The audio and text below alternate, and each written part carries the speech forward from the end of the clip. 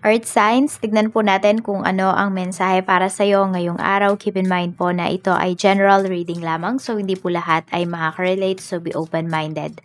Sa mga hindi pa po nakasubscribe dito sa ating channel, please subscribe na po kayo and palike na din po ng ating video. At sa mga nais pong mag-avail ng ating private readings, Lucky Stones and Amulet, makikita nyo po yung link sa description box below. Okay, we have the path. Ayan. Meron tayo ditong foresight. So, pwedeng meron kayong mga pinamimilian dito. May choices kayo in life. May decision kayo na kailangan gawin. Tinitingnan nyo si A kung makakabuti ba sa'yo. Si B, makakabuti ba sa'yo? Ano ba yung mas pabor sa'yo? We have the Thief. So, kailangan yata mag-decide kayo ng medyo maaga-aga. Ayan, magkaroon na kayo ng decision or signs kasi pwedeng maunahan kayo or maagaw po sa inyo yung spot na to. Kailangan sinasabi ng iba sa inyo, okay, kung maagaw siya sa akin, ibig sabihin hindi talaga siya para sa akin. Siguro nga, ganun. Pero kasi yan, yung iba, pero pinapaalalahan na naman kayo ng universe kasi na pwede siyang maagaw sa inyo. So, patience.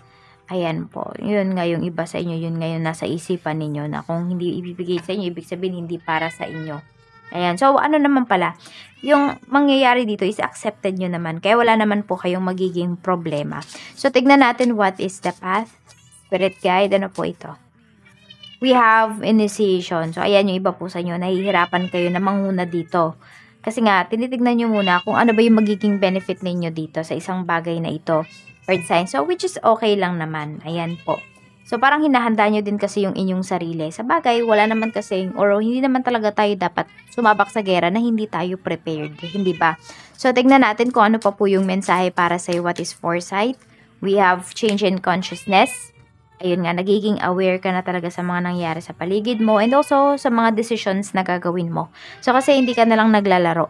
Marami sa inyo, earth signs, is sobrang matured nyo na pong mag-isip. Kaya lahat ng sulok ng mga decision ninyo, tinitignan nyo talaga kung saan ba yan papunta. Minsan nga lang kasi, hindi na, sabi natin, yes, you are aware, pero nagiging over na kasi. Okay? Pwedeng nag-overthink na yung iba sa inyo. Sa halip na meron na kayong nagawang decision, nandun pa rin kayo sa pag-iisip kung ano ba yung magiging decision ninyo. So, tumatagal po yung mga, sabi natin, parang kayo mismo nagpo-procrastinate kayo sa mga bagay-bagay na dapat nangyayari na sa life ninyo. Yung mga progress niyo sa life, ayun. So, yun lang, medyo bawas-bawasan nyo lang siguro to. Kasi, hindi mo rin naman talaga malalaman yung actual na mangyayari hanggat wala ka dun sa isang sitwasyon na yun or wala ka dun sa pinili mo na yun. Kaya pumili na kayo dito, earth signs. Tingnan natin, we have family.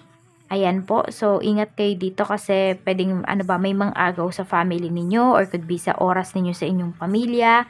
Meron naman po dito, mag-iingat kayo sa mga pinagkakatiwalaan ninyo sa inyong family. Ayan. Oo, kunwari sa mga anak po ninyo. Tingnan natin kung ano pa yung mensahe. Pero more on, nakikita ko dito kasi more yung oras.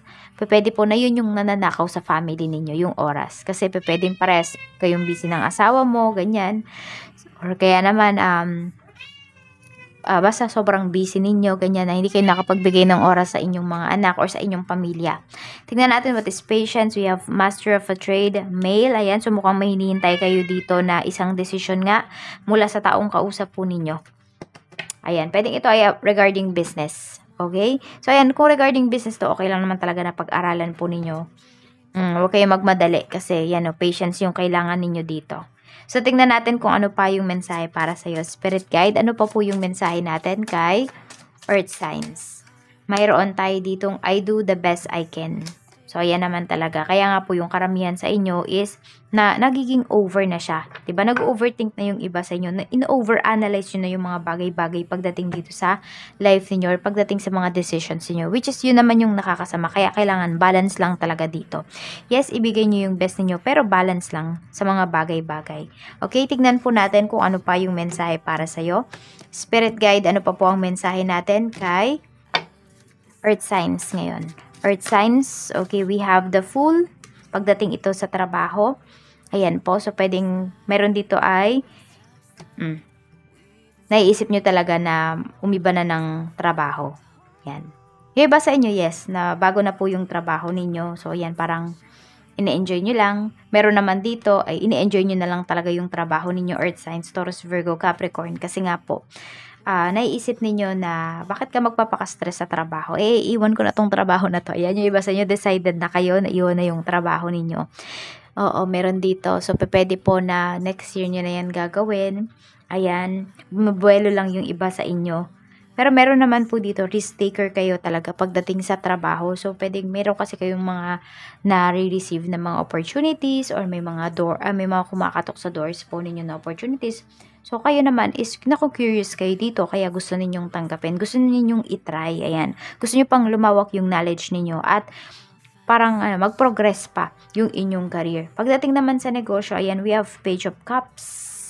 Okay, so nakikita mo ngayon araw na ito na maganda naman talaga yung kitaan ninyo pagdating sa negosyo. Kaya lang kasi nagiging aware na kayo or tinitingnan mo na yung mga nakakausap mo. Kasi pwedeng may mga nanloloko sa inyo dito ng mga nakakaraan. So pwede kasi na sobrang tiwala mo, earth signs ang nangyari, naloloko talaga kayo. So ngayon, parang alam nyo na yung gagawin ninyo, alam nyo na yung tamang approach pagdating sa inyong sa inyong negosyo, pagdating sa mga kliyente po ninyo. Alam nyo na yung gagawin ninyo. We have Knight of Wands, pagdating naman sa pera, ayan po. So, dahil ito nga, you are very passionate sa ginagawa mo, sa trabaho. So, may mga nakakaligtaan po talaga kayong mga milestone ng inyong mga anak. Siguro yun, bawas-bawasan nyo lang talaga yung sobrang pagtatrabaho.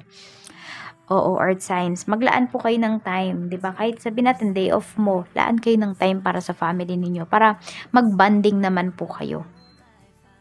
Meron tayo ditong Queen of Wands pagdating naman sa inyong love life. Ayan. Patience. Tignan natin. Meron tayo ditong Temperance. Patience talaga yung pinapakita dito pagdating sa relationship ninyo. So, ayan, sino bang nauubusan na dito ng pasensya sa person nyo? Or naiinip na ba kayo sa progress ng inyong relationship? Ayan o. Kailangan nyo lang talaga is i-prioritize. Actually, yung person mo, kaya niyang maghintay. Earth signs pagdating sa'yo dito. Yan, parang ikaw nga lang yung hinihintay niya dito na gumawa ng action na pag-usapan kung ano yung mga dapat ninyong pag-usapan. Actually, mahaba yung pasensya niya dito. Actually, parehas naman kayo ng person mo. Talagang pinagbibigyan ninyo yung isa't isa. So, give and take kayo dito sa relationship. Which is wala namang masama. Ayan. Kaya lang kasi, time talaga yung kailangan. So, mas more on time yung hinihiling ng person mo kaysa material things. Kasi nakikita ko sa kanya dito. Ayan, yung person mo, kaya niyang ibigay yung mga needs niya sa sarili niya. Ayan, yung mga, basta kaya niya yung mga pangangailangan niya. Kaya niyang sagutin yon. Okay, mas more on time yung nakikita ko dito na gusto niyang hilingin sa'yo. Pero pwedeng nahihiya sa'yo yung person mo, ganyan. Or pwede rin namang sinabi niya sa'yo, kaya lang inaayos mo pa yung schedule mo or the other way around. So, ayan po ang mensahe para sa'yo. Earth signs, maraming salamat po. Mag-iingat kayo always and more blessings to come. Bye-bye!